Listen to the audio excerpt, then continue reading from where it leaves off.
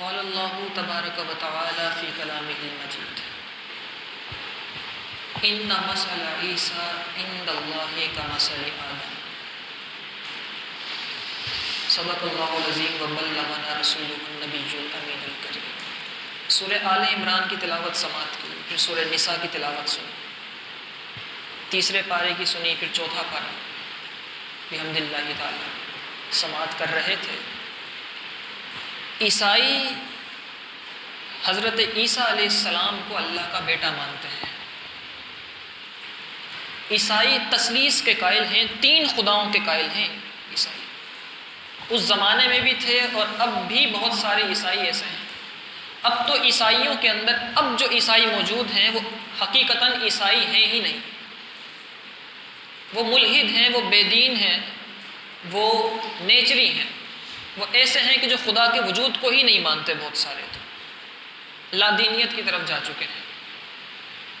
حقیقتاً جو عیسائی تعلیمات ہیں ان پر بھی عمل پیرا نہیں، لیکن جو حقیقتاً عیسائی تھے حضور کے دور میں اور اب تک جو اس تعلیم پہ چلتے آ رہے ہیں وہ تین خداؤں کے قائل ہیں۔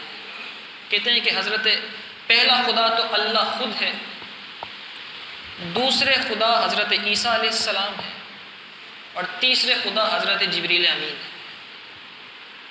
ان کو تو سب کو، فرشتوں کو تو مانتے ہیں نا، سب کو نبیوں کو، تو تین خداؤں کے قائل ہیں۔ حضرت عیسیٰ علیہ السلام کو خدا اس لیے مانتے ہیں کیونکہ اللہ تعالیٰ نے عیسیٰ علیہ السلام کو بغیر باپ کے پیدا کیا تھا، اور باپ عیسیٰ علیہ السلام کا اللہ کو مانتے ہیں عیسائی۔ اور یہ اصول اور قاعدہ ہے کہ والد کی خاصیتیں بیٹے میں منتقل ہو جاتی ہیں۔ تو یہ کہتے ہیں کیونکہ وہ رب ہے اور عیسیٰ علیہ السلام نعوذ باللہ من ذالک اس کے بیٹے ہیں، تو وہ رب ہے تو یہ بھی رب ہے۔ اس طرح عیسیٰ علیہ السلام بیٹا مانتے ہیں، عیسیٰ علیہ السلام کو بیٹا مانتے ہیں اللہ کا۔ اللہ تعالیٰ نے قرآن پاک میں کئی مقامات پر جب بھی عیسیٰ علیہ السلام کا ذکر کیا ہے تو اسی طرح ذکر کیا ہے۔ کئی مقام پہ صرف عیسیٰ کر کے بھی آتا ہے، لیکن اکثر جو ذکر کرتا ہے رب ذوالجلال تو فرماتا ہے عیسیٰ ابن مریم۔ والدہ کے نام کے ساتھ ذکر کیا جاتا ہے عیسیٰ ابن مریم۔ عیسیٰ ابن اللہ نہیں ہے، اللہ کے بیٹے نہیں۔ ویسے دنیا کا اصول ہے کہ ابن کے بعد باپ کا نام لگتا ہے، محمد بن عبداللہ صلی اللہ علیہ وسلم، لیکن یہاں عیسیٰ ابن مریم جب بھی کہا جاتا ہے رب فرماتا ہے عیسیٰ ابن مریم، یعنی اللہ کے بیٹے نہیں، مریم علیہ السلام کے بیٹے ہیں۔ اس آیت کے اندر بھی اللہ رب ذوالجلال سورہ آل عمران کی آیت نمبر 61 میں بھی اللہ عیسائیوں کو جواب دے گئے، فرمایا ان مثل عیسیٰ عند اللہ کمثل آدم۔ تم عیسیٰ علیہ السلام کو بیٹا مانتے ہو اللہ کا، عیسیٰ علیہ السلام کی مثال تو آدم علیہ السلام کے جیسی ہے۔ خلقتہ من تراب، اللہ نے انہیں مٹی سے پیدا کیا تھا، آدم علیہ السلام کو مٹی سے۔ جس طرح اللہ بغیر ماں اور باپ دونوں کے آدم علیہ السلام کو مٹی سے پیدا کرنے پر قدرت رکھتا ہے، اسی طریقے سے عیسیٰ علیہ السلام کو صرف بغیر باپ کے پیدا کرنے پر قدرت رکھتا ہے۔ وہاں تو دونوں ہی نہیں تھے نا، وہاں اعتراض نہیں کرتے، وہاں تو دونوں ہی، نہ والد تھے نہ والدہ تھیں آدم علیہ السلام کے معاملے میں، تو یہاں صرف والد نہ ہونے پر انہیں اللہ کا بیٹا بنا دیا۔ الحق من ربک فلا تکن، اور پھر اس کے بعد اللہ تعالیٰ نے فرمایا کہ پھر اللہ نے فرمایا کن تو ہو گئے۔ پھر اگلی آیت میں اللہ نے فرمایا الحق من ربک فلا تکونن من الممترین۔ یہ تمام باتیں اللہ کی طرف سے حق ہیں، تم شک کرنے والوں میں مت ہو جانا۔ اب یہاں ایک سوال پیدا ہوتا ہے، اللہ تعالیٰ نے ارشاد فرمایا کہ آدم علیہ السلام کو اللہ نے مٹی سے بنایا ہے، اور یہ ہم سب جانتے ہیں انسان مٹی سے بنا ہے، تو مٹی سے ہی کیوں بنا ہے؟ مٹی سے ہی کیوں اللہ نے انسان کو تخلیق فرمایا؟ انسان کو مٹی سے بنانے میں اللہ کی بہت بڑی قدرت کا اور شان کا ظہور ہے، اللہ کی شان کا ظہور ہے۔ یہ بات عموماً کہتے ہیں لیکن ہمیں سمجھ میں نہیں آتی، مٹی سے پیدا کیوں کیا اللہ تعالیٰ نے انسان کو، اس کی شان کا ظہور ہے۔ وہ کس طریقے سے؟ مفسرین نے لکھا اللہ تعالیٰ نے شیطانوں کو آگ سے پیدا کیا ہے، اور آگ ہوتی ہے چمکدار، آگ سے ہوتی ہے روشنی، لیکن اللہ نے شیطانوں کو آگ سے پیدا کر کے انہیں اندھیروں میں ڈال دیا۔ یعنی وہ چاہے تو چیزوں کی خاصیتیں بدلنے پر قادر ہے، جس کو جس سے بنائے اس کو بنانے کے بعد اس کی خاصیت میں تبدیلی فرماتے ہیں۔ شیطانوں کو آگ سے پیدا کر کے انہیں اندھیروں میں ڈال دیا، فرشتوں کو اللہ نے نور سے پیدا کیا ہے۔ لیکن ایک قول یہ بھی ہے کہ دنیا کی سب سے لطیف ترین چیز ہے ہوا۔ ایک قول یہ بھی ہے کہ اللہ نے فرشتوں کو ہوا سے پیدا فرمایا ہے، اور ہوا جو اتنی لطیف چیز ہے، جس سے ٹکراتی ہے گزر جاتی ہے، کسی چیز کو جاتی ہے آر پار ہو جاتی ہے، چھو کے نکل جاتی ہے، لیکن اللہ نے فرشتوں کو اس سے پیدا کر کے فرشتوں کو اتنی طاقت دی کہ کوئی فرشتہ روحیں قبض کر رہا ہے، کوئی فرشتہ بستیوں کو الٹ دیتا ہے، کوئی فرشتہ بارشیں برساتا ہے، کوئی فرشتہ بادلوں کو لے جاتا ہے۔ تو اللہ ہلکی چیز سے پیدا کر کے طاقت دینے پر قادر ہے۔ آسمان ہے، اللہ تعالیٰ نے آسمان کو پانی سے پیدا فرمایا ہے، اس کی قدرت ہے، پانی ٹھہر نہیں سکتا، اچھالا جائے تو واپس نیچے آ جاتا ہے، لیکن اس کی شان کیسی ہے، اتنا بڑا اور وسیع و عریض آسمان اللہ نے پانی سے پیدا کر کے بغیر ستون کے رکھا ہوا ہے۔ تو وہ چیز کو بنا کر اس کی خاصیت میں تبدیلی کرنے پر قادر ہے۔ اور پھر علماء نے لکھا کہ اللہ نے آدم علیہ السلام کو مٹی سے بنایا، اور انسان کو پھر تمام انسانوں کو مٹی سے بنایا۔ مٹی یہ ہوتی ہے کہ زمین پر ہوتی ہے، سب سے نچلا درجہ جو عناصر ہیں، عناصر اربعہ کے اندر پانی، آگ، ہوا، مٹی، ان چاروں چیزوں میں سب سے کم ترین درجہ مٹی کا ہے، لیکن اللہ نے انسان کو مٹی سے پیدا کر کے اسے اپنی معرفت، اپنا علم دے کے سب سے بلند و بالا کر دیا ہے۔ یہ خاصیت ہے انسان کی، یہ وجہ ہے مٹی سے پیدا کرنے کی۔ ان مثل عیسی عند اللہ کمثل آدم خلقتہ من تراب، اللہ نے مٹی سے پیدا کیا ہے۔ تو میرے خیال میں آج سمجھ میں آ رہا ہوگا کہ اللہ نے مٹی سے کیوں انسان کو بنایا ہے۔ اور پھر اس کے بعد جو آیت ہے وہ اہل بیت اطہار کی شان اور عظمت پر بہت بلند و بالا آیت ہے۔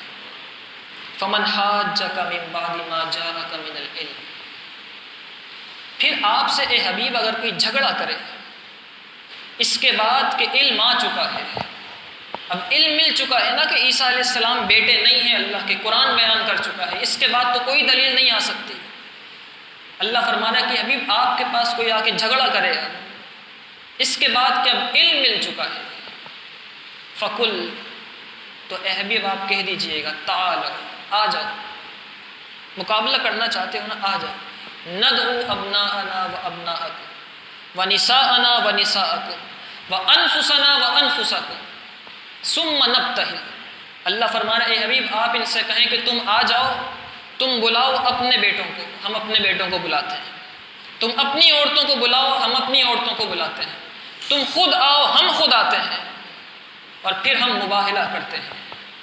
فنجعل لعنت اللہ علی الظالمین علی الکاذبین، پھر ہم لعنت ڈالتے ہیں اللہ کی ظالموں اور جھوٹ بولنے والوں پر۔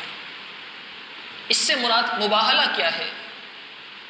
ایک ہوتا ہے مناظرہ، مناظرہ ہوتا ہے علماء کا آپس میں، اہل علم حضرات کا۔ اب تو مناظرہ نہیں ہوتا، اب تو جھگڑا ہی ہوتا ہے۔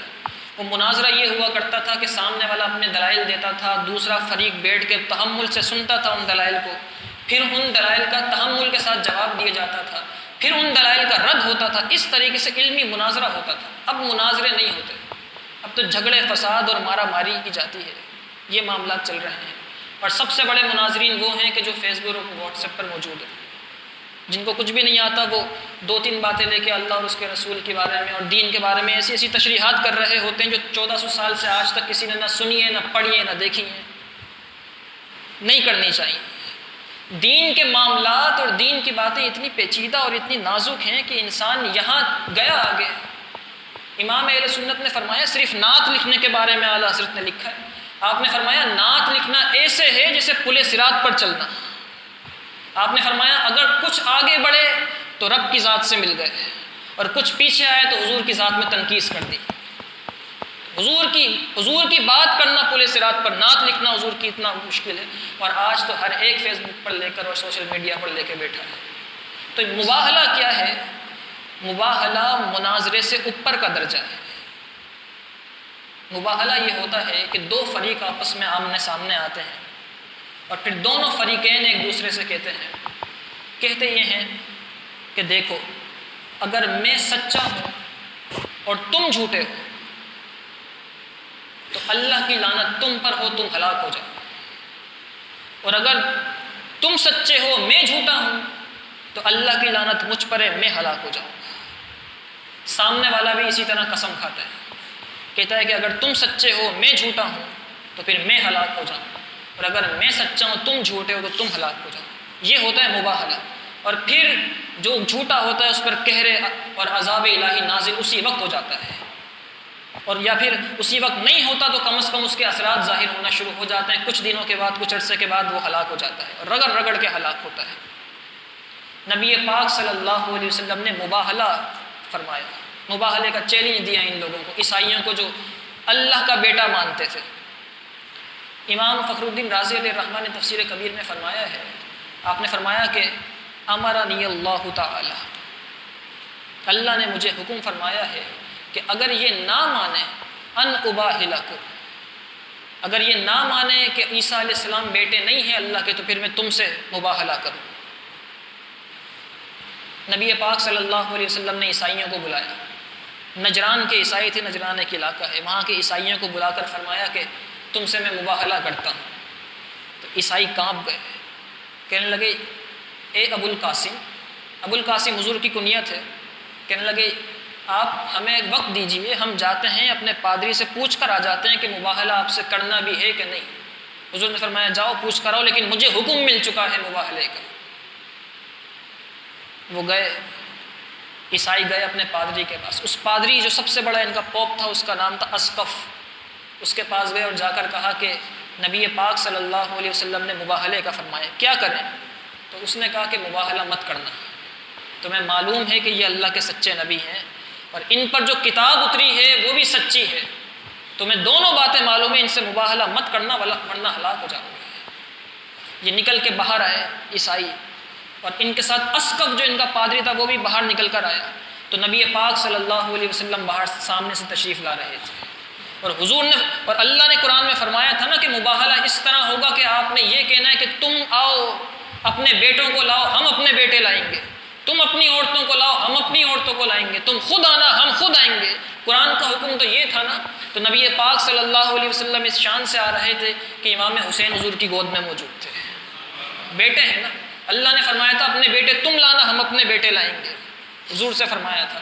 امام حسین گود میں تھے، چھوٹی سی عمر تھی، اور امام حسن نے حضور کا ہاتھ پکڑا ہوا تھا، مباہلے کے لیے جا رہے، اور سیدہ کائنات فاطمہ الزہرا رضی اللہ تعالیٰ عنہ حضور کے پیچھے، فرمایا تھا کہ اب تم اپنی عورتوں کو لانا، ہم اپنی عورتوں کو لائیں گے۔ سیدہ فاطمہ الزہرا پیچھے تشریف لا رہی تھی، اور سیدہ پاک کے پیچھے مولا کائنات شیر خدا علی المرتضیٰ تھے۔ یہ تھا قافلہ جو مباہلے کے لیے آ رہا تھا۔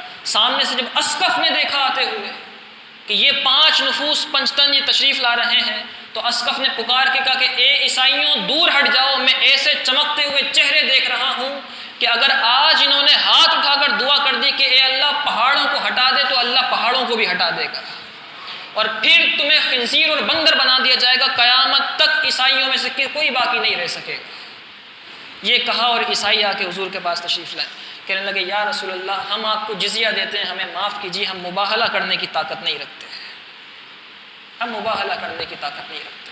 وہ چلے گئے، اور پھر ماننا تو ان کو ویسے ہی نہیں تھا، علاقہ چھوڑ کے چلے گئے وہ سب کا سب۔ نبی پاک صلی اللہ علیہ وسلم نے ارشاد فرمایا اگر آج یہ مباہلہ کر لیتے، اگر آج عیسائی مباہلہ کر لیتے، یہ سب آپ نے سنا ہے قرآن کے اندر جو آپ سنتے آئے آج پورے دن، اور کل بھی آپ نے سنا ہے اس کا حصہ، فرمایا کہ یہ اگر مباہلہ کر لیتے تو اللہ ان سب کو خنزیر اور بندر بنا دیتا، اور 1 سال کے اندر پوری روئے زمین کے نصرانی اور عیسائی ہلاک ہو جاتے، اور قیامت تک زمین پر کوئی عیسائی باقی نہ رہتا، کوئی نصرانی باقی نہ رہتا۔ یہ تھا مباہلہ، اور یہ اہل بیت اطہار کی شان تھی، جسے عیسائی پادری کہہ رہا تھا کہ اگر یہ پہاڑوں کو ہلنے کا کہہ دیں، ہٹنے کا کہہ دیں تو اللہ ان پہاڑوں کو بھی ہٹا دے گا۔ آج کی رات 3 رمضان المبارک کی رات ہے، اور انشاءاللہ کل 3 رمضان المبارک کا دن ہوگا۔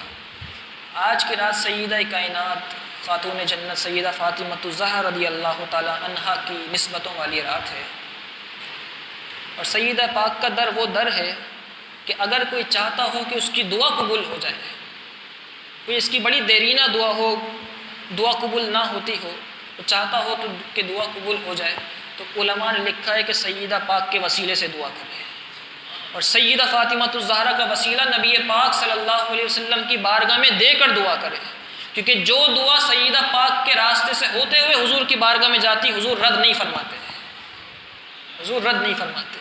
صحابہ کرام علیہم رضوان میں جب تحفہ دیا کرتے تھے تو پہلے سیدہ پاک کے گھر دے دیا کرتے تھے اور کہا کرتے تھے اپنے گھر سے حضور کے گھر بھجوا دیجئے گا، حضور خوش ہوتے تھے اس چیز سے۔ تو آپ ہو سکے تو علماء نے لکھا ہے کہ اس رات کم از کم سیدہ فاطمہ الزہرا رضی اللہ تعالیٰ عنہ کے ایصال ثواب کے لیے، آپ کو ہدیہ پیش کرنے کے لیے کم از کم 12 رکعت نفل ادا کیے جائیں۔ 12 نہیں کر سکتے تو کم از کم 2 رکعت نماز نفل ادا کر کے سیدہ پاک کی ذات کو ایصال کریں، انہیں ہدیہ پیش کریں اور پھر ان کے وسیلے سے دعا کریں۔ آج کی رات بڑی برکتوں والی رات ہے، اور پھر جو دعا کریں گے اللہ تعالیٰ سیدہ پاک کے صدقے اور وسیلے سے دعاؤں کو قبول فرمائے گا۔ اللہ تعالیٰ ہمیں سیدہ پاک کا فیض عطا فرمائے اور رمضان المبارک کا فیض عطا فرمائے، کل کے دن اور آج کی رات کی برکتیں عطا فرمائے۔ وآخر الدعوانا الحمدللہ۔